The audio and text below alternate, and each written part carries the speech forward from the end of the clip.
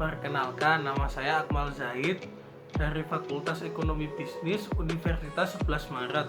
Di sini saya akan menjelaskan tentang suatu isi artikel yang berjudul Digital Performance Management from the Front Line to the Bottom Line. Nah, di sini saya akan menjelaskan mengenai isinya yang berisi tentang revolusi industri yang telah terjadi di dunia.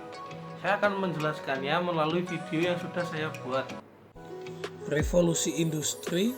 Jadi revolusi industri terjadi pada periode antara tahun 1750 sampai 1850, di mana terjadinya perubahan secara besar-besaran di bidang pertanian, manufaktur, pertambangan, transportasi dan teknologi, serta memiliki dampak yang mendalam terhadap kondisi sosial, ekonomi, dan budaya di dunia. Dampak revolusi industri. Jadi, dampak revolusi ini menyebabkan terjadinya perkembangan besar-besaran yang terjadi pada semua aspek kehidupan manusia. Singkatnya, revolusi industri adalah masa di mana pekerjaan manusia di berbagai bidang mulai digantikan oleh mesin.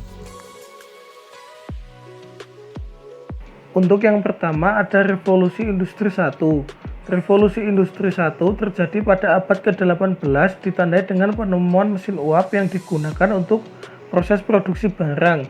Saat itu di Inggris mesin uap digunakan sebagai alat tenun mekanis pertama yang dapat meningkatkan produktivitas industri tekstil. Peralatan kerja yang awalnya bergantung pada tenaga manusia dan hewan akhirnya diganti dengan mesin tersebut. Nah, untuk yang kedua ada revolusi industri 2. Revolusi industri 2 terjadi di awal abad ke-20. Revolusi industri ini ditandai dengan penemuan tenaga listrik. Tenaga otot yang saat itu sudah tergantikan oleh mesin uap, perlahan mulai tergantikan oleh tenaga listrik.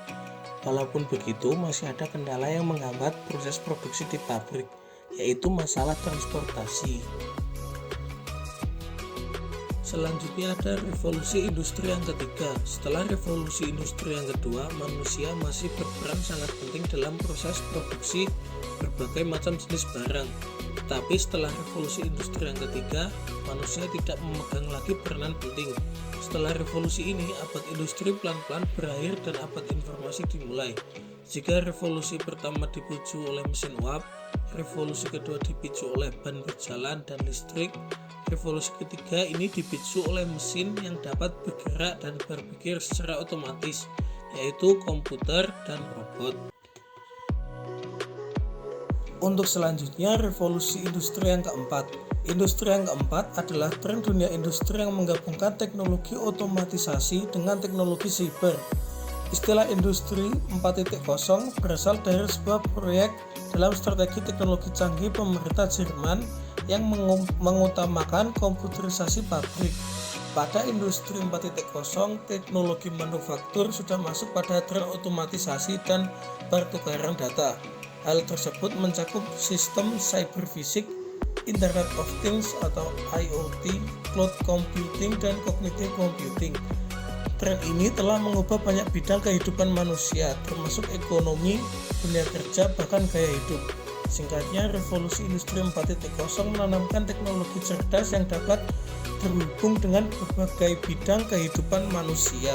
Dari berbagai macam revolusi industri yang sudah berkembang, tidak dapat dipungkiri berbagai aspek kehidupan manusia akan terus berubah seiring dengan revolusi dan perkembangan teknologi yang terjadi.